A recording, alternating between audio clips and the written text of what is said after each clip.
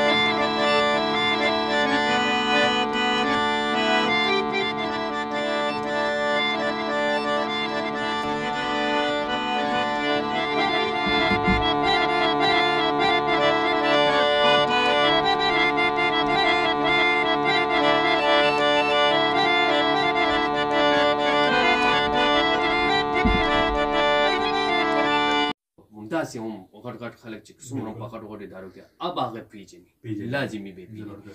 نو بیا موږ پکې نومسران شو او بیا دا تقریبا د 2016 خبره ده چې زه ریډیو تهذیب ته لاړم.